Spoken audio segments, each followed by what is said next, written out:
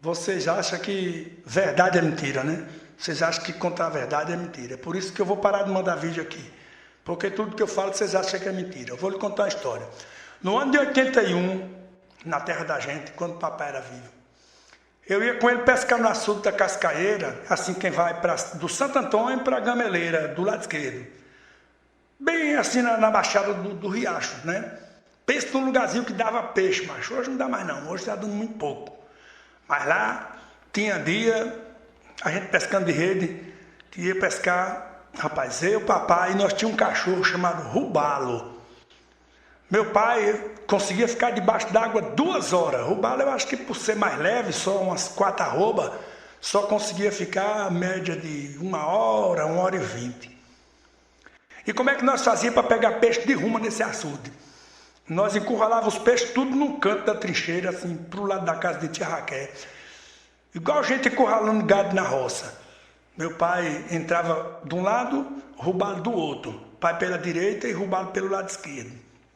Aí eles iam pro fundo, esse açude dá uns 25 metros de fundura em alguns pontos. Aí Rubalo vinha do lado direito, latindo. Rubalo vinha assim pelo lado direito, latindo os peixes. Papai vinha pelo lado esquerdo, com um pedacinho de pau, batendo nos peixes. Quando eles encurralavam os peixes na beira do açude, eu aproveitava a hora e tibungava a rede lá para dentro. Agora, como era que eu sabia a hora de jogar a rede? Aí é que está a ciência. Porque esse açude é fundo demais. Não dá para eu ver lá embaixo no fundo. Era assim. Papai vinha pelo fundo do açude, fumando. Aí ele soltava a fumaça do cigarro para ir dando sinal quando subia por cima da água. Aí quando eu via a fumaça saindo bem pertinho da beira do açude, já sabia. Era papai. Agora, nós pegávamos era peixe demais. Não era brincadeira, não. Tinha dia que era dia fraco. Assim, dia chuvoso mesmo era dia muito fraco. A gente conseguia encher no máximo 2, 3 carretinhas de peixe. Mas nunca voltamos para casa sem peixe. Sempre voltou com peixe. Depois que papai morreu, rapaz, eu nunca mais achei ninguém experiente igual ele para encurralar peixe. O velho sabia umas rezas brabas lá, que ele conseguia acender o cigarro debaixo d'água.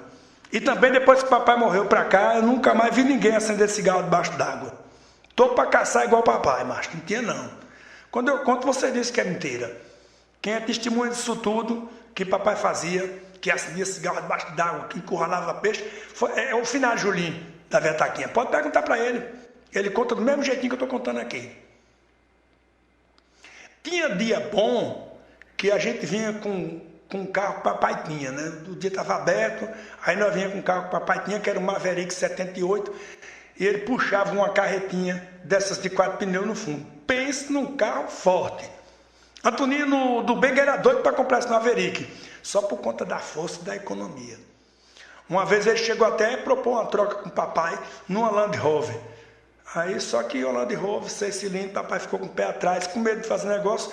O medo maior era do carro não ter força nem a economia do Maverick. Eu cansei de ver papai puxar caminhão boiadeiro carregado com ele para tirar de atoleiro. Desatolava com esse carro. 280 terceira marcha, isso era besteira para papai botar, rapaz. E outra, econômico mais do que uma Pop 100. Fazia 80, 90 km com litro de gasolina esse Maverick. Só tinha um problema, é que quando ligava o ar-condicionado dele no último, ele apagava o carro. Aconteceu umas 40 vezes isso. Aí papai ficou preocupado, levou lá em Nelson Mecânico para ver o que era. Nelson disse, não esquenta cabeça não, isso é besteira. Isso é porque o ar está gelando muito, se tu ligar no último, congela a gasolina do tanque, ela não passa para a mangueira para queimar. E outra, era a vida toda a gente ia pescar com esse Maverick. Olha, nós uma vez eu pescar, eu, papai, Severino, Finado Eloy e esse cachorro chamado Rubalo. Esse carro ficou o dia todo na beira do açude com o som ligado, que papai tinha uma mania besta de escutar Zezé de Camargo e Luciano e de escutar Leonardo. Ele gostava na época que ele era vivo, de ouvir esses dois. Aí deixou o som ligado no talo lá em cima, no açude, tinha umas caixonas potentes, e aí ficou ligado, nós passou o dia todo. Quando foi de tardinha, papai bateu na chave do carro para a gente ir embora. Quando bateu, não ligou. A gota serena da bateria tinha descarregado. E a gente estava com a carretinha, macho, pilada de peixe. Aí eu observei que tinha um peixe elétrico, tinha um peixe elétrico dentro no meio dos peixes, na carretinha. Eu digo, pronto, espera aí que eu vou falar isso com o papai, ele vai ter uma inteligência. E teve. O que é que ele fez? Ele pegou esse peixe elétrico com a luva de borracha, para não tomar choque. Aí papai pegou esse peixe elétrico, bem assim, com a mão. Aí colocou o peixe elétrico em cima da bateria do carro. Levantou o capô assim, botou em cima da bateria do carro e foi lá com um fio negativo, botou na barriga do peixe. Aí quando ele triscou o fio positivo na cabeça do peixe, o painel acendeu. O finado Eloy foi lá, bateu na chave, o carro pegou na hora.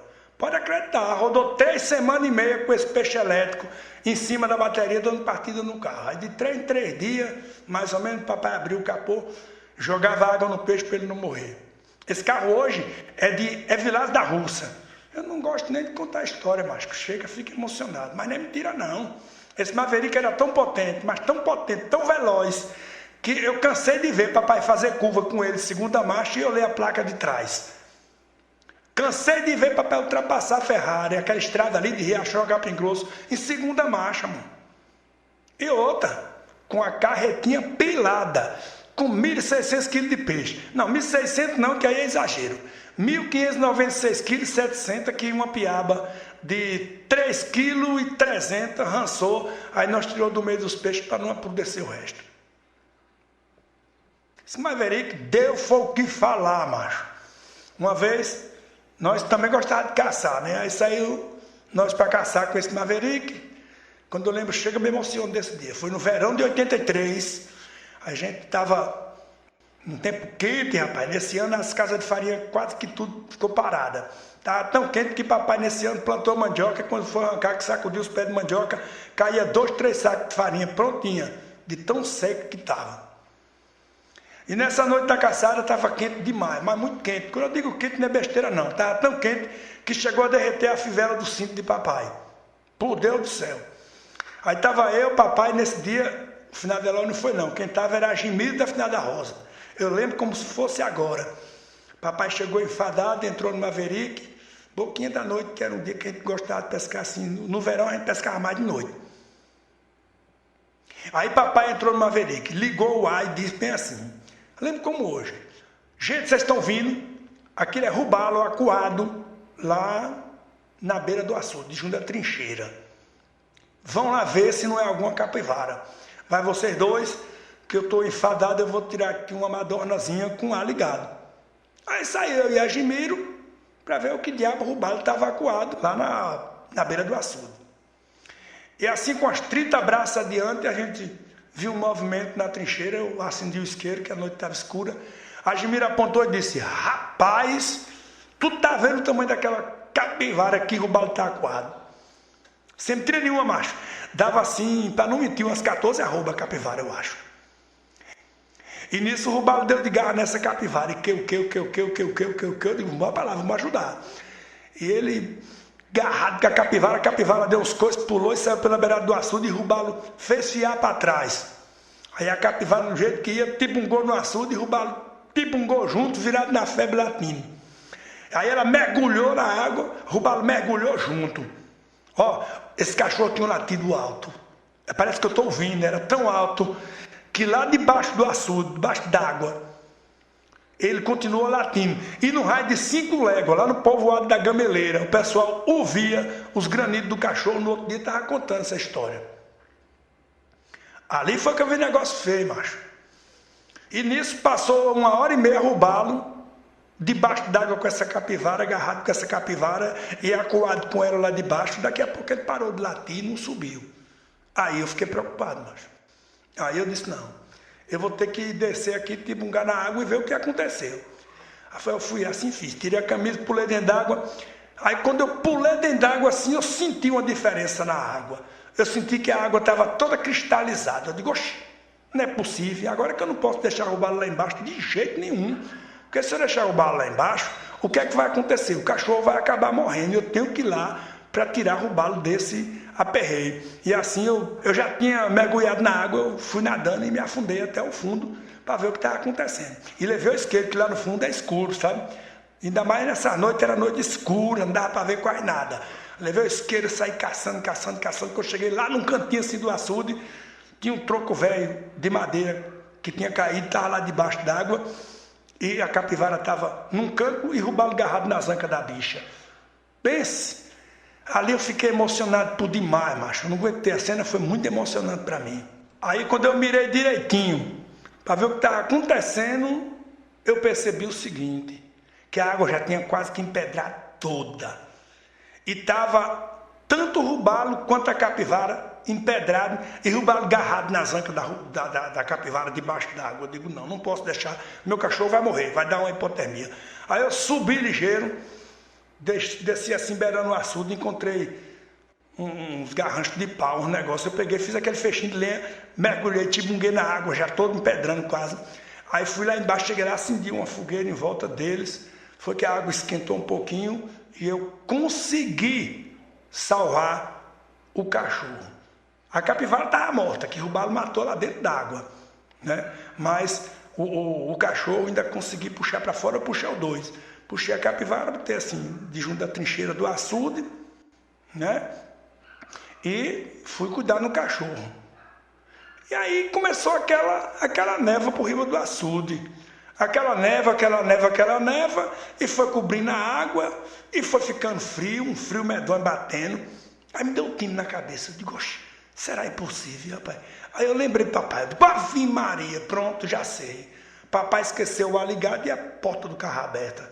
Quando eu cheguei lá, dito e feito, macho.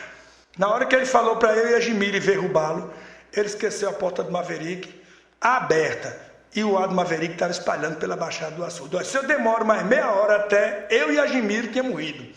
A nossa sorte foi que eu tive a ideia de desligar o ar do carro. Sim, por conta disso, papai quase foi preso. Porque o tempo que o ar ficou ligado, congelou as águas da cisterna num raio de 2 léguas de Santo Antônio até Campo Alegre. Na hora que ele falou para eu e a Jimiri ver Rubalo, ele esqueceu a porta do Maverick aberta. E o ar do Maverick estava espalhando pela Baixada do Açude. Se eu demoro mais meia hora até, eu e a Jimiri tínhamos morrido. A nossa sorte foi que eu tive a ideia de desligar o ar do carro. Sim, por conta disso, papai quase foi preso. Porque o tempo que o ar ficou ligado, congelou as águas da cisterna num raio de 2 léguas de Santo Antônio até Campo Alegre. Os caminhões que estavam na Lomanto Júnior, tudo carregado, macho. Pararam no acostamento porque o óleo do tanque empedrou tudinho. Ficou uma fila de quase 12 quilômetros de caminhão parado. Só veio melhorar mesmo assim com uns 3 dias depois que eu tinha desligado o ar-condicionado. Aí foi descongelando pouquinho a pouquinho e os caminhoneiros começaram a liberar o acostamento. E por pouco, papai não vai preso. Ele só saiu do impelo porque não podia, no caso, e na audiência ficou e o caso desceu a revelia, né? Papai já morreu, mas a história é essa. É a mais pura verdade do mundo. Quem estiver duvidando, pode perguntar ao Finado Jimiro. O Finado Jimiro sabe dessa história, viveu essa história, e ali não é homem de mentira, não. Ali, o que eu falar, ele confirma, porque ele sabe que eu não minto.